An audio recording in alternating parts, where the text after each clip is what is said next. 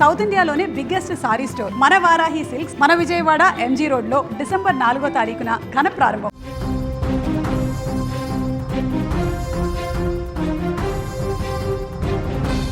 శ్రీలంకలో అల్లకల్లను సృష్టించినటువంటి దిత్వా తుఫాన్, ఆ తర్వాత తమిళనాడు కూడా పూర్తి ఎఫెక్ట్గా మారింది ఈ యొక్క తుఫాన్ తోటి. ఇప్పుడు తాజాగా ఏపీ దిశగా దూసుకువస్తుంది. దిత్వా తుఫాన్ ఏపీ వైపు దూసుకువస్తున్న సందర్భంలో దీని ప్రభావం దక్షిణ కోస్తా జిల్లాలలో ఇప్పటికే వర్షాలు కురుస్తున్న దీని ప్రభావంతో తీవ్ర వాయుగుండం తమిళనాడు పుదుచ్చేరి మీదుగా గంటకు 5 కిలోమీటర్ల వేగంతో కదులుతుంది. విపరీతంగా సముద్ర అలలు కూడా ఎగిసి పడుతున్నాయి. ఈ క్రమేణి బలహీనపడుతుంది ప్రస్తుతానికి. దీని ప్రభావంతో ప్రకాశం, నెల్లూరు, తిరుపతి జిల్లాలలో భారీ వర్షాలు కురిసేటువంటి అవకాశం ఉందని విపత్తుల నిర్వహణ సంస్థ తెలిపింది. దిత్వా ప్రభావం వల్ల కాకినాడ, అంబేద్కర్ కోనసీమ, తూర్పుగోదావరి, పశ్చిమ గోదావరి, ఏలూరు, కృష్ణా, ఎన్టీఆర్, గుంటూరు, బాపట్ల, పల్నాడు, రాయలసీమ జిల్లాలలో తేలికపాటి నుంచి మోస్తారు వర్షాలు కురిసే అవకాశం ఉందని కూడా పేర్కొంది. వాయుగుండం బలహీనపడి నెల్లూరుకు దగ్గరగా వస్తున్న నేపథ్యంలో భారీ నుంచి అతి భారీ వర్షాలు కురుస్తాయని వాతావరణ శాఖ జిల్లాకు రెడ్ అలర్ట్ కూడా ప్రకటించింది.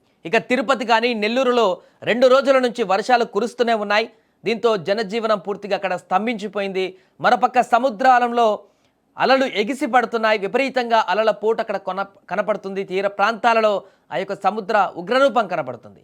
పలు ప్రాంతాలలో సముద్రం 4-5 మీటర్ల వరకు ముందుకు చొచ్చుకు వచ్చింది. తీరం వెంబడి ఈదురుగాలులు వీస్తున్నాయి. దీనికి తోడు చలి కూడా ఎక్కువగా ఉంది. తుఫాను కారణంగా తిరుమలలో చిరుజల్లులు కురుస్తూనే ఉన్నాయి. దీంతో భక్తులు తీవ్ర ఇబ్బందులు ఎదుర్కొంటున్నారు. శ్రీవారి ఆలయ ప్రాంగణం నిర్మానుష్యంగా మారింది.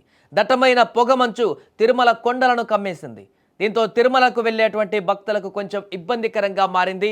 మరొక వైపు టీటీడీ కూడా ఇప్పటికే అప్రమత్తమైంది. భారీ వర్షాల నేపథ్యంలో తిరుమలకు వచ్చేటువంటి భక్తులకు ఎలాంటి ఇబ్బందులు లేకుండా అన్ని రకాల సౌకర్యాలను ఏర్పాటు చేస్తూ వచ్చేటువంటి భక్తులను జాగ్రత్తగా దర్శనం చేసుకుని మరలా వెళ్ళేటువంటి విధంగా అన్ని రకాల చర్యలు కూడా తీసుకుంటుంది. మరొక వైపు మిగతా జిల్లాలలో నెల్లూరు కానీ, తిరుపతి కానీ, అదేవిధంగా చిత్తూరు జిల్లాలలో కానీ, ప్రకాశంలో కానీ పూర్తిగా అక్కడ కొంత ఎఫెక్టెడ్గా కనపడుతున్నటువంటి ఏరియాలు ఏదైతే ఉన్నాయో పశ్చిమ గోదావరి, తూర్పు గోదావరి, ఏలూరు కానీ, ఎన్టీఆర్ కానీ ఇలాంటి జిల్లాలలో కూడా అధికారులను అప్రమత్తం చేశారు.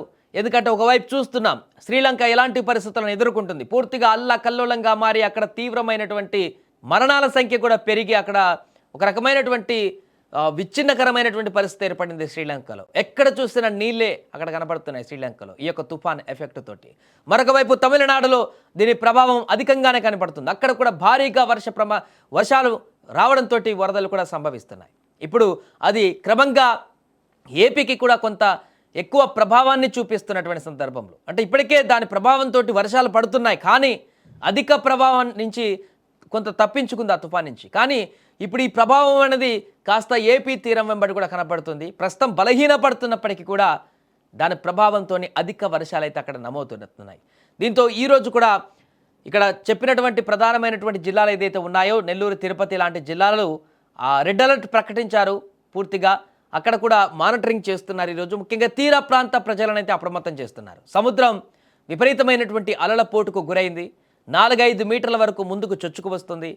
మత్స్యకారులు పూర్తిగా సముద్ర వేటకు వెళ్ళడానికి వీలేకుండా వెళ్ళొద్దంటూ కూడా హెచ్చరికలు జారీ చేస్తున్నారు. ఎందుకంటే వారి రక్షణ కోసం సముద్రం పూర్తిగా కంట్రోల్లో లేనప్పుడు అలాంటి సాహసాలు చేయడం అనేది ప్రాణాలకే ప్రమాదంగా మారేటువంటి అవకాశం ఉంటుంది. కాబట్టి మత్స్యకారులు జాగ్రత్తగా ఉండాలంటూ కూడా సూచిస్తున్నారు.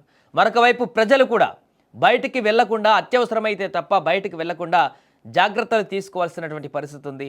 ఒకవైపు చలి, మరొక వైపు వర్షం రెండు అటాక్ చేసేటువంటి ప్రమాదంతో అనారోగ్య సమస్యలు కూడా వస్తాయి. కాబట్టి మహిళలు కానీ, వృద్ధులు కానీ, చిన్నపిల్లలు కానీ ముఖ్యంగా జాగ్రత్తగా ఉండవలసినటువంటి పరిస్థితులు ఉన్నాయి ఈ యొక్క కొద్ది రోజులు తుఫాన్ ఎఫెక్ట్ పోయే వరకు. ఆ తర్వాత మరలా నార్మల్ పరిస్థితులు వస్తే ఏం కాదు.